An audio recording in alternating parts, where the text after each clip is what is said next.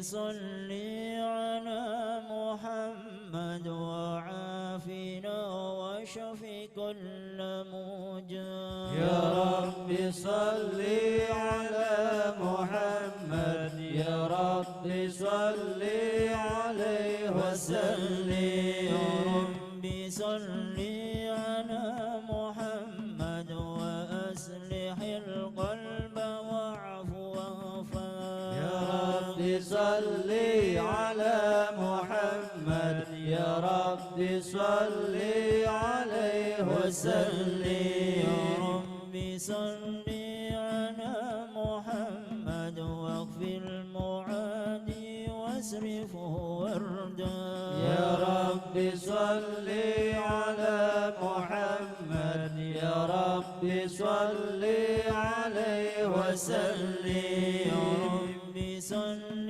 على محمد نحل في حسنك الممنى يا رب صل على محمد يا رب صل عليه وسلم يا رب صل على محمد رب ارضى عنا رضاك الأرفع يا رب صل على محمد واجعل لنا في الجنان مجمع يا رب صل على محمد يا رب صل عليه وسلم يا رب صل على محمد يا رب صل عليه وسلم يا رب صل على محمد رافق منا خير خلقك جماع يا رب صل على محمد يا رب صل عليه وسلم يا رب صل على محمد يا رب صل عليه وسلم يا رب صل على محمد يا رب صل عليه وسلم Bismillahirrahmanirrahim. Alhamdulillah Rabbil Alamin. Wassalatu wassalamu ala Sayyidina Muhammad wa ala alihi wa sahbihi ajma'in. Ashhadu an la ilaha illallah wahdahu la sharika lah wa ashhadu anna Sayyidina wa Nabiyana Muhammadan abduhu wa rasuluh la nabiyya ba'dah. Allahumma salli wa sallim ala Sayyidina Muhammadin صاحب البصرى صلاة تبشرنا بها وأهلنا وأولادنا وجميع مشايخنا ومعلمنا وطالبتنا وطالباتنا من يومنا هذا إلى يوم الآخرة. قال الله تعالى في كتابه الكريم وهو أصدق القائلين أعوذ بالله من الشيطان الرجيم يرفع الله الذين آمنوا منكم والذين أوتوا العلم درجات. Sadaqallahul azim wa nahnu ala dhalik minasyahidin wa syakirin walhamdulillahi rabbil alamin. Ma'asyiral habaib, Dzurriyyah Nabi sallallahu alaihi wasallam yang saya hormati, para sepuh, alim ulama, tokoh masyarakat, hadirin hadirat, mudah-mudahan kita semua yang berkumpul di tempat yang mulia ini mendapat kemuliaan dari Allah Subhanahu wa taala. Kesalahan kita diampuni oleh Allah, amal ibadah kita diterima oleh Allah, hajat kita diijabah oleh Allah, penyakit kita diangkat oleh Allah, digembirakan dunia maupun akhirat. Amin ya rabbal alamin. Hadirin hadirat yang dimuliakan oleh Allah Subhanahu wa taala, pada pertemuan-pertemuan yang lalu kita telah membahas nawaqidul wudu, hal-hal yang dapat membatalkan wudu. Mungkin masih ingat ada berapa hal yang dapat membatalkan wudu? Ada 4. Nawaqidul wudu, sesuatu yang dapat membatalkan wudu itu ada 4 perkara. Yang pertama, al-kharij min ahadis sabilain min kubulin au dubur. Yang pertama, sesuatu yang keluar dari 2 lubang depan ataupun belakang, lelaki ataupun perempuan, apapun yang keluar, harapan angin, harapan berlian, harapan permen, wis apa bela sing metu. Ya, apa bela sing metu. Pokoknya yang keluar dari kedua lubang tersebut, depan dan belakang, itu adalah membatalkan wudu. Ilal mani, kecuali kalau yang keluar air mani, enggak batal wudu, akan tetapi wajib mandi besar.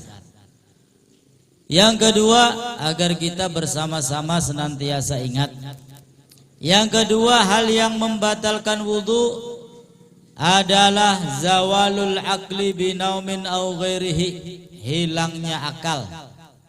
Hilangnya akal, entah hilangnya akal itu karena tidur, ya karena tidur, atau selainnya tidur, entah pingsan, ya lagi upacara rupanya durung sarapan pingsan, ya kalaupun dia punya wudu batal wudunya. Entah dia punya penyakit ayan, harapan sembahyang jamaah ning masjid sing umamah wudu, tekang tengah jalan kumat penyakitnya, ya kan, ayan itu termasuk hilang akalnya, batal wudunya. Atau orang yang mabok, ya mabok, nginung tuak kah, nginung apalah jenisnya, itu dapat menghilangkan akal, batal wudunya.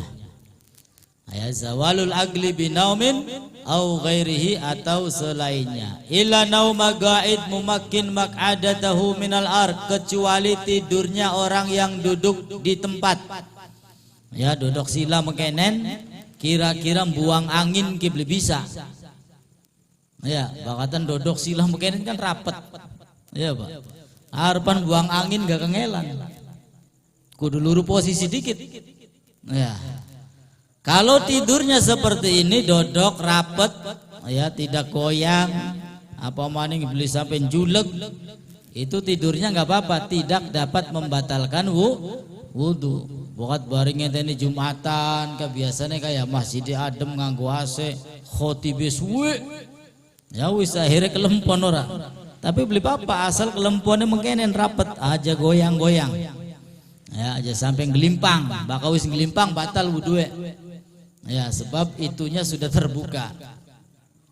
Jadi kalau mau tidur silakan, yang penting ajek, ya, atau bersandar ya nggak apa-apa. Yang penting jangan sampai ngelimpang.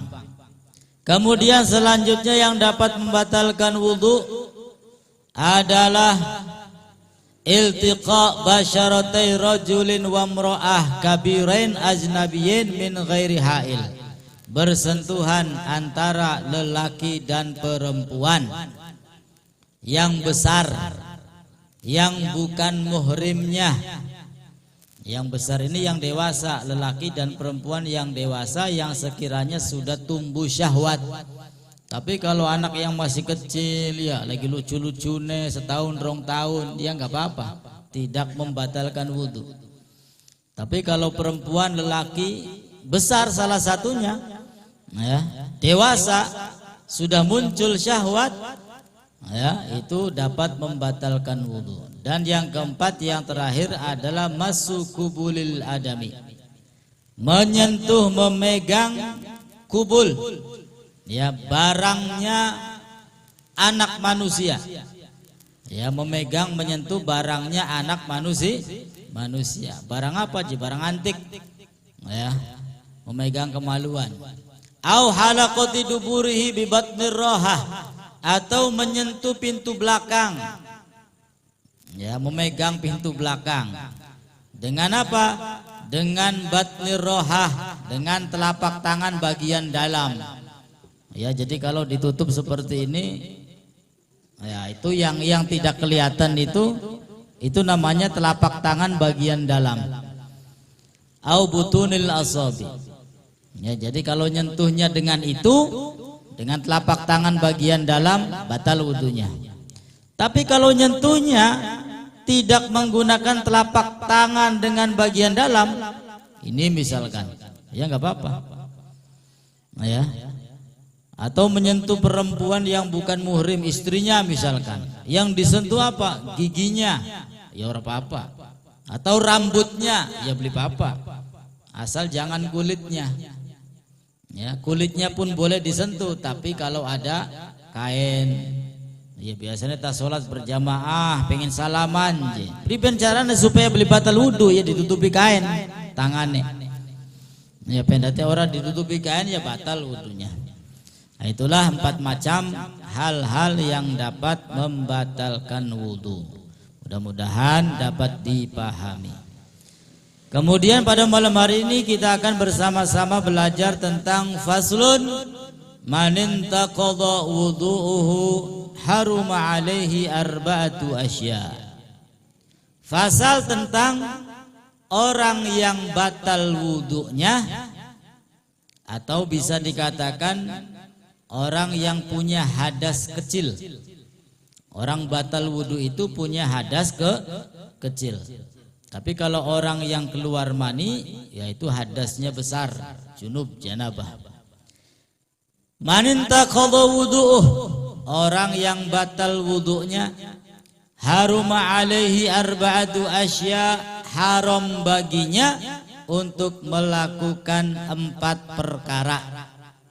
Ya, jadi kalau punya wudhu, dia melakukan salah satu dari 4 perkara ini, hukumnya haram, hukumnya dosa. Apa 4 perkara tersebut? Yang pertama as-shalah. Orang nggak punya wudhu jangan sekali-kali menjalankan sholat. Kenapa? Karena sholatnya haram. Beli duwe wudhu tapi sholat, ya beli apa matur gaja, sholatnya sunnah pada baik ya, sholatnya mutlak, baik itu sholat wajib ataupun sholat sunnah, sholat maghrib, isya, subuh, bedug, atau sholat sunnah, duha, dan yang lainnya sama, harus dengan wudhu, harus dalam keadaan suci. Kalau maksa, nggak punya wudhu tapi maksa sholat, ya haram, dosa. Nah, yang pertama as-shalah. Jadi sholat itu mutlak, baik sholat wajib ataupun sholat sunnah. Annal arba'atul asya allati tahrumu mulabasatu ahadiha ala man laysa bimutawaddi hiya as-shalah fardhan kanat aw naflan aw sholata janazatin. Bahkan ada yang mengatakan walaupun sholat jenazah.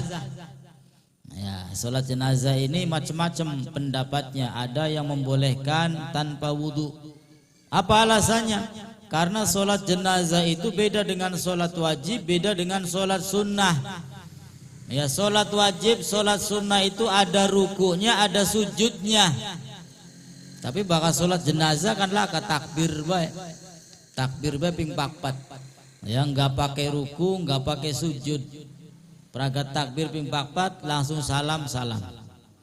Nah, itu bagi mereka yang membolehkan sholat jenazah tanpa wudu. Tapi yang bagus ya wudu saja. Matur ke banyu pirang-pirang beli angel. Nah, yang bagus ambil wudu dalam keadaan suci kemudian sholat jenazah. Nah, kecuali kalau dalam keadaan darurat, boleh ti banyu kengelan ya. Banyu lagi langka-langka iki nganggo wudu peragat entok. Ya wis lah beli papa sholat jenazah tanpa wudu. Toh ada ulama yang membolehkan. Kemudian setelah sholat yang kedua at-tawafu. Orang yang tidak punya wudu tidak boleh melakukan tawaf. Ya, orang tawaf baik haji ataupun umrah ataupun ziarah kepada Nabi di Mekah, kemudian dia tawaf harus suci, harus punya wudu. Ya, karena tawaf itu sama kedudukannya.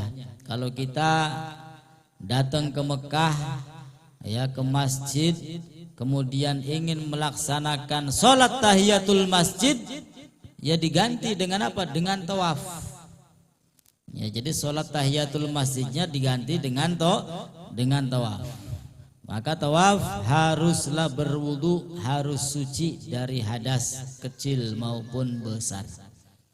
Kemudian yang ketiga bagi mereka yang punya hadas kecil atau yang batal wudunya, haram baginya masul mushaf.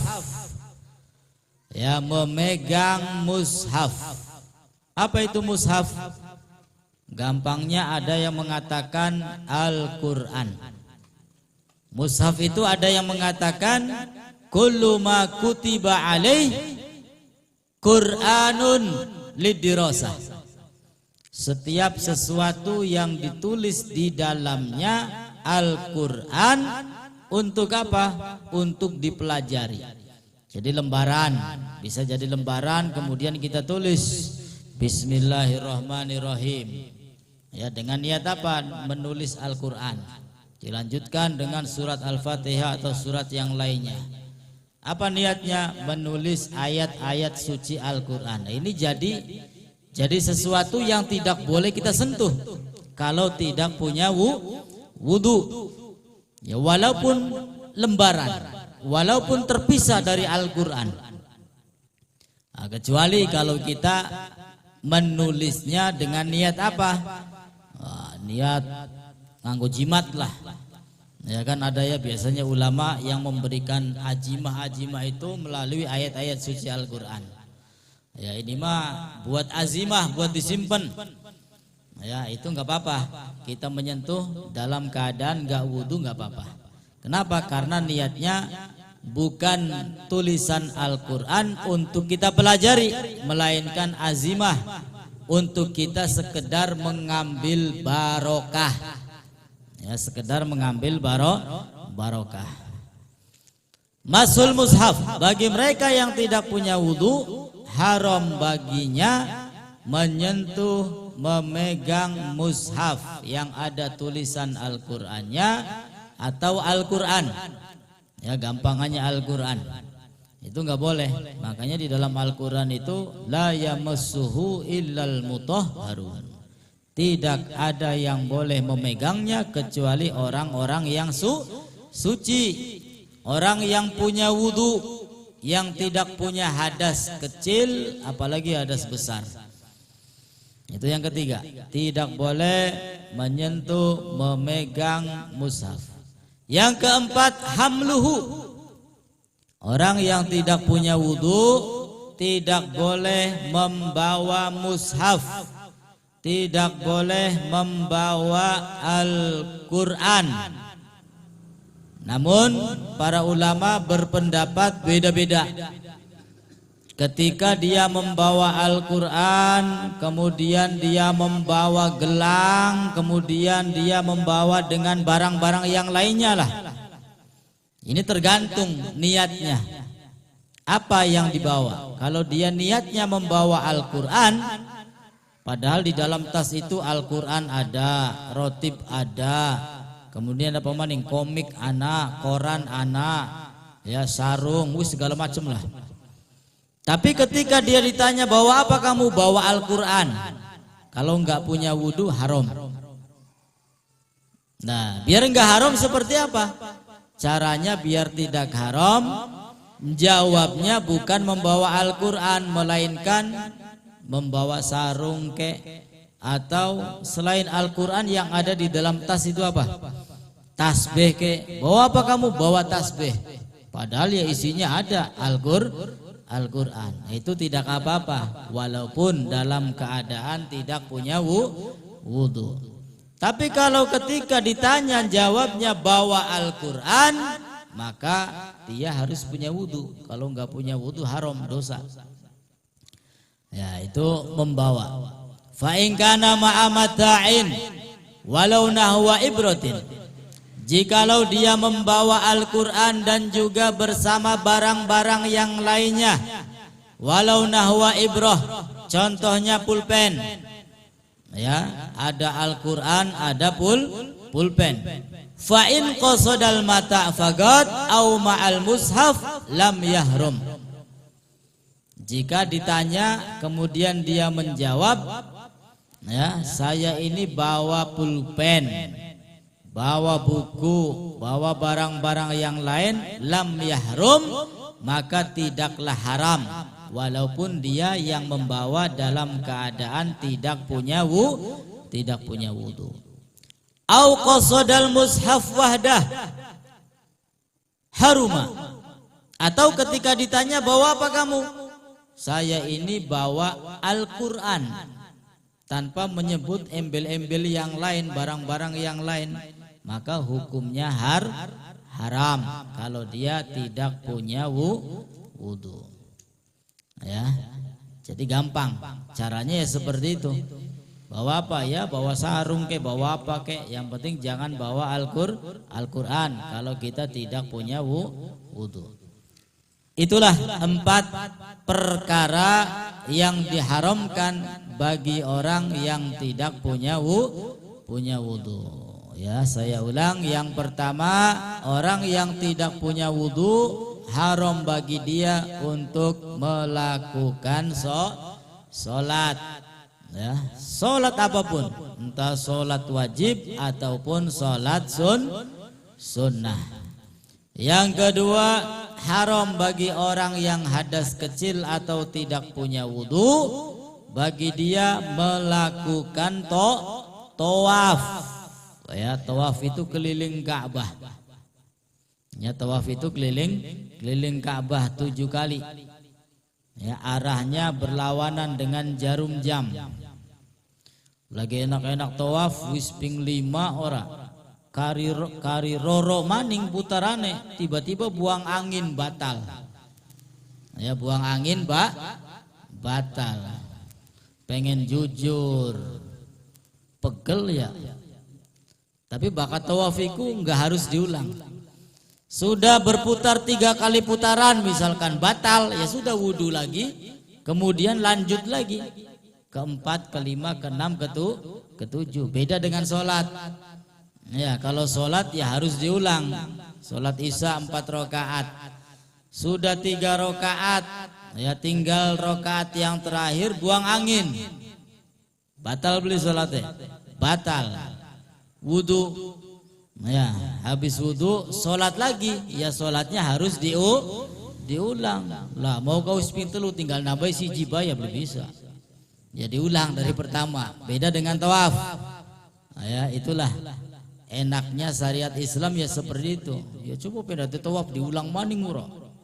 Wah yang pegele ku nuping pitu ku. Ya, tapi alhamdulillah bakat tawaf beli diulang, cuman ditambahkan saja. Kemudian selanjutnya yang haram bagi mereka yang tidak punya wudu adalah masul mushaf, memegang Al-Quran, menyentuh Al-Quran.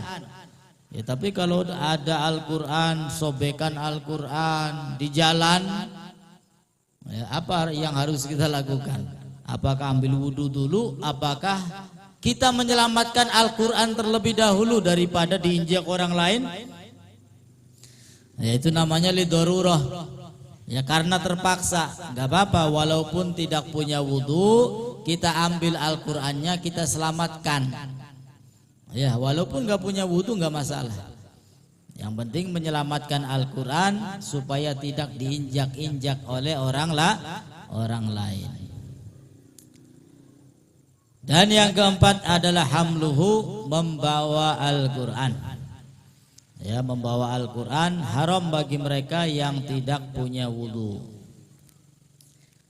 Kemudian selanjutnya wa yahrumu 'alal junub sittatu asya. Dan haram bagi mereka yang junub, ya, mempunyai hadas besar. Apa yang diharamkan? Sittatu asya, 6 perkara yang diharamkan bagi mereka. Nomor 1, nomor 2, nomor 3, nomor 4 sama, ya, yaitu perkara-perkara yang diharamkan bagi yang tidak punya wudu. Sama, sholat, tawaf, masul mushaf, hamluhu. Pertama, tidak boleh sholat, tidak boleh tawaf, tidak boleh memegang Al-Quran, tidak boleh membawa Al-Quran. Sama, tambahannya 2. Yang pertama ditambah al-lubsu fil masjid, ya, berdiam di dalam masjid. Dan yang keenam qiraatul Quran, orang yang junub tidak boleh membaca Al-Quran. Beda dengan orang yang tidak punya wudu. Oli beli je maca Quran, oli. Ya, maca Al-Fatihah, maca Al-Ikhlas, maca ayat kursi, enggak punya wudu boleh. Tapi pahalanya jauh lebih sedikit daripada orang yang membaca Al-Quran dengan berwudu. Ya, lebih banyak lagi dia membaca Al-Quran dalam keadaan sholat. Ya, itu pahalanya beda-beda derajatnya. Yang lebih banyak baca Al-Quran dalam keadaan sholat. Makanya sholatnya Nabi SAW itu lama, ya, beda dengan sholatnya kita pengen gagi peragat. Ya, sholatnya Nabi ya wajar sampai sikile abu, sikile bengkak. Ya kesuwen ngadeg, ya kesuwen ngadeg, ya, sampai hatam Al-Quran. Ya, kita kan beli, sing penting gugurlah kewajiban wis konon bae. Ya, mau konon bae wis alhamdulillah masih gelem sholat. Kemudian yang 2 tambahan tadi berdiam di dalam masjid, dan yang keenam qiraatul Quran, tidak boleh membaca Al-Quran. Jadi orang yang junub itu apa? Junub itu bisa disebabkan dengan 2 sebab. Yang pertama keluarnya mani, keluar air mani. Kalaupun dia tidur mimpi basah, junub namanya. Yang kedua, hubungan badan antara suami dan istri walaupun tidak keluar air mani. Itu 2 sebab itu. Kalau berhubungan badan, ya sudah nempel, janabah, ya hadas besar sudah walaupun belum keluar mani. Dan yang kedua, keluarnya mani walaupun dalam mimpi, ya mimpi basah. Itu namanya junub. Bagi orang yang junub mempunyai hadas besar, haram bagi mereka 6 perkara. Yang pertama, sholat. Sama dengan orang yang tidak punya wudu, nggak boleh sholat. Yang kedua, tawaf, tidak boleh tawaf. Yang ketiga, masul mushaf, tidak boleh menyentuh mushaf Al-Quran. Wahamluhu, dan yang keempat, tidak boleh juga membawa Al-Quran. Walubsu fil masjid, dan tidak boleh berdiam di dalam masjid. Ya nggak boleh. Lagi junub meneng ning masjid ya aja. Atau lagi turu ning masjid ya. Ngenteni khutbah suwe turu, mimpi basah tiba-tiba, ya wis kage. Ya keluar dari masjid mandi. Ya nggak boleh berlama-lama di dalam masjid. Dan yang keenam, qiraatul Quran, tidak boleh membaca Al-Quran. Ya, walaupun hafalan, dia tidak boleh. Akan tetapi ada juga ulama yang membolehkan. Ya, semisal ada pengajar misalkan. Ya, pengajar baca Al-Quran, ya ada yang membolehkan. Namun lebih baik tidak membaca Al-Quran sebelum hadasnya itu hilang, ya, sebelum dia itu mandi wajib. Annal asya as-sitta allati tahrum mulabasatu ahadiha 'ala alladhi qama bi badani dzalikal amru al-i'tibari hiyal arba'a allati tahrum mulabasatu ahadiha 'ala man laysa bimutawaddi. Ya, lubus berdiam di dalam masjid itu bisa diartikan at-taraddud, mondar-mandir. Mondar-mandir bolak-balik di dalam masjid. In khafata in kana musliman mukallafan. Yang kedua, membaca Al-Quran juga tidak boleh dilarang, ya. Tapi kalau membacanya, baca aurat, ya, seperti sekarang kan ada Rotibul Haddad, ya kan, ada Rotibul Atos, atau ada wirid-wirid yang lainnya yang ada di dalamnya ayat-ayat suci Al-Quran. Nah, priwe olita beli, ya kembali, kalau dia itu niatnya membaca Al-Quran maka tidak boleh. Tapi niatnya, kalau dia itu niatnya membaca wirid, ya, membaca zikir, membaca rotib, ya boleh, ya, tidak diharamkan. Yang haram adalah niatnya dia ketika membaca Al-Quran. Ya, dalam keadaan junub misalkan, ya baca apa? Ya baca subhanallah, alhamdulillah. Tapi niatnya tidak membaca Al-Quran, niatnya zikir, ya, niatnya wirid, maka tidak apa-apa baginya. Yang diharamkan adalah dengan niat membaca Al-Quran. Itu adalah enam perkara yang diharamkan bagi mereka yang mempunyai hadas besar, atau bagi mereka yang dalam keadaan junub. Ya, sampai kapan? Ya sampai mandi. Ya, sampai mandi besar. Kalau sudah mandi besar, maka larangan-larangan itu hilang. Ya, boleh baca Quran lagi, boleh sholat lagi, boleh tawaf lagi, boleh menyentuh Al-Quran. Wa yahrumu bil haidi asyratu asya. Nah, sekarang kita akan membaca bersama-sama hal-hal yang diharamkan bagi orang yang haid, yang datang bulan. Bagi mereka emak-emak, ibu-ibu, ya, wong lanang melakas yang datang bulan. Bagi ibu-ibu yang dalam keadaan haid, itu larangannya ada 10. Ya, Bu. Tidak boleh melakukan 10 perkara. Bu, bagi yang haid larangannya ada berapa? 10 perkara. Apa saja? Sama kayak tadi. Nomor 1, nomor 2, nomor 3, nomor 4, nomor 5, nomor 6 sama. Ya, nanti tinggal ditambah aja. Yang pertama, sholat. Orang haid dilarang melakukan sholat. Kemudian yang kedua, tawaf. Yang ketiga, menyentuh mushaf. Yang keempat, membawa Al-Quran. Yang kelima, berdiam di dalam masjid. Yang keenam, membaca Al-Quran. Sama, ya. Kalau sampai 4 berarti sama dengan orang yang tidak punya wudu. Sampai 6 sama dengan orang yang janabah, hadas besar. Nah, tinggal ditambah yang ketujuh, as-saumu. Orang yang haid tidak boleh menjalankan puasa. Bagian bulan Ramadan enggak? Ya, tidak boleh puasa. Tapi ya dihitung utangnya kupira. Aja enak je beli puasa, akhirnya utangnya beli dibayar aja. Tapi dihitung.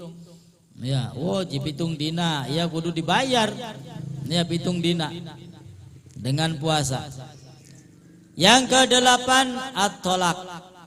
Tidak boleh tolak. Ya, artinya seorang suami tidak boleh menolak istrinya ketika istrinya dalam keadaan haid, talaknya sih sah, tapi hukumnya haram bagi sang suami mentalak istri dalam keadaan haid. Yang kesembilan, al-mururu fil masjid in khafat talwithah. Tidak boleh berjalan di masjid, lewat di masjid haram jika ditakutkan dapat mengotori masjid. Ya. Jadi kalau ditakutkan dapat mengotori masjid karena haidnya, maka haram bagi ibu-ibu lewat ke masjid, ke halaman masjid, ke dekat-dekat masjid boleh. Kalau ditakutkan dapat mengotori masjid. Ya, tapi kalau misalkan zaman sekarang sudah modern, ya kalau sudah yakin masjid ini nggak bakal kotor, ya dengan orang yang haid, kalau hanya sekedar lewat, ya boleh. Ya, di masjid lagi ada tadarusan, saya ini ingin mengirimkan makanan minuman, oleh beli aja mancing masjid, ya oleh. Yang penting yakin tidak mengotori masjid. Silakan ya. Seperluwe mancing masjid, nganteri jaburan, nganteri nginungan, wis metu maning. Ya, nggak apa-apa. Asalkan yakin tidak mengotori masjid. Tapi kalau yakinnya dapat mengotori masjid, haram, hukumnya haram, dosa. Dan yang terakhir, yang ke-10, al-istimta bima baina surrah war rukbah. Orang yang haid dilarang ya bersenang-senang antara pusar dan lutut. Ya Bu, tidak boleh bersenang-senang dengan suaminya antara pusar dan lutut. Selain itu terserah. Ya. Selain itu terserah. Yang penting larangannya antara pusar sampai lutut. Oli beli je bersenang-senang bari suami nganggo sikil, oleh los.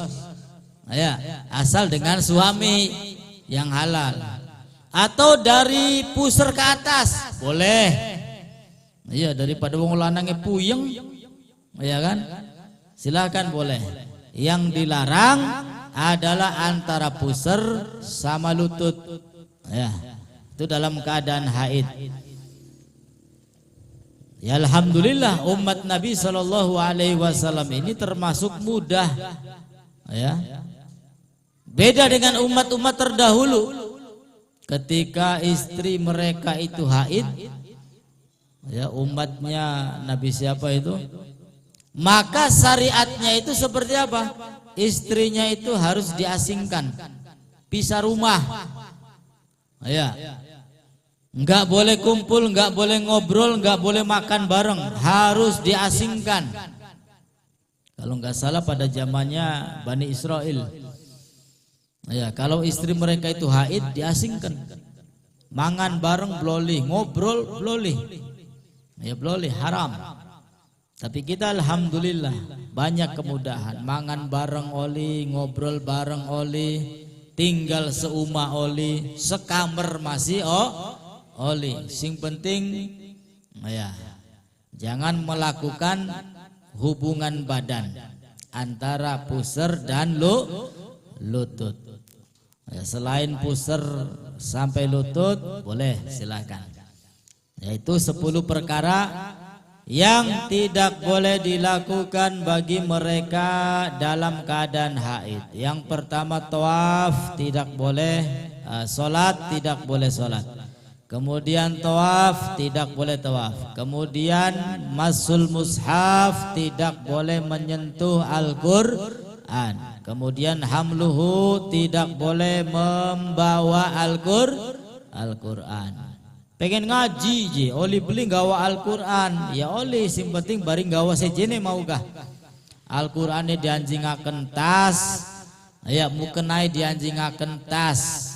Niate orang gawa Al-Qur'an tapi gawa mukenah. Oli melu pengajian kayak ning kene, silakan. Ya, boleh. Kemudian yang kelima, lubus fil masjid, berdiam di dalam masjid. Bagi orang yang haid enggak boleh diam lama-lama di dalam masjid. Kemudian qiraatul Quran, tidak boleh membaca Al-Quran kecuali kalau niatnya zikiran. Ya, niatnya zikiran boleh.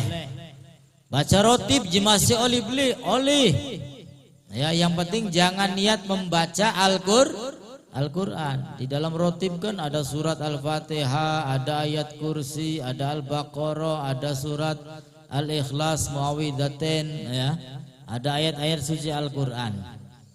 Beli silahkan, masih boleh walaupun dalam keadaan haid. Tapi niatnya bukan membaca Al-Quran, ya, niatnya zikir, niatnya membaca wirid, silahkan. Ya, jadi jangan libur.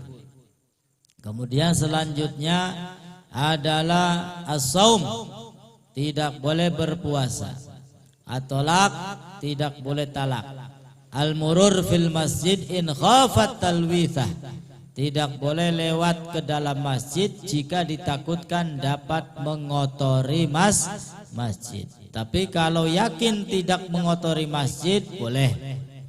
Kemudian terakhir adalah bersenang-senang antara pusar dan lutut. Ya, tapi kalau senang-senangnya bukan pusar sampai lutut, yaitu masih boleh. Ya, dengan cara apapun silakanlah. Yang penting jangan mendekati pusar sampai lutut. Ya, kun di perboden. Ya, dilarang. Ya, selain itu masih diperbolehkan. Alhamdulillah. Ya, sampai di sini mudah-mudahan dapat difahami insya Allah.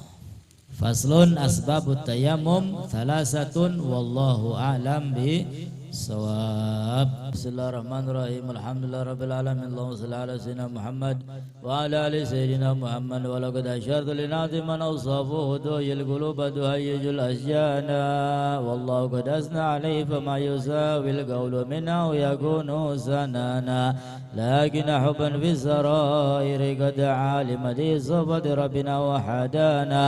Wa imtazazna bil mawaddati hahuna narfa aidi faqrina wa rajana lil wahid al ahad al ali ilahana mutawasilina biman ilayhi da'ana muhdarihi wa habibihi wa safiyihi zainil wujudi bihi al ilaha habana ya rabbana ya rabbana ya rabbana bil mustafa aqbal ajib da'wana anta lana ya dhukhrana fi hadhihi dunya wa fi ukhrana aslih lana al ahwala waghfir dhanbana wa la tu'akhidh rabbi in ahdana واصلك بنا في ناجضها المصطفى ثبت على قدم الحبيب خطانا أرنا بفضل منك طلعة أحمد في بهجة عين الرضا ترعانا واربط به في كل حال هب لنا وحبال من ود ومن ولانا والمحسنين ومن أجاب نداءنا وذوي الحقوق وطالبا أوصانا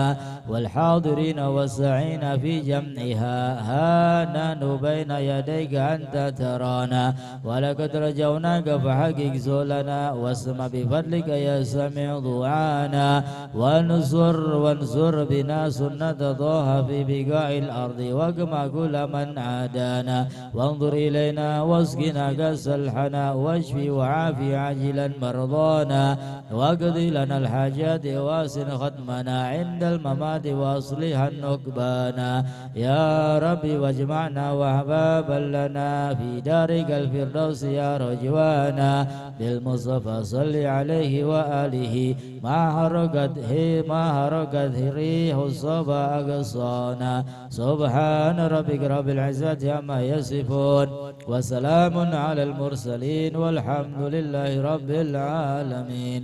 الصلاة والسلام عليك يا سيد المرسلين. الصلاة والسلام عليك يا خاتم النبيين. الصلاة والسلام عليك يا من أرسله الله رحمة للعالمين.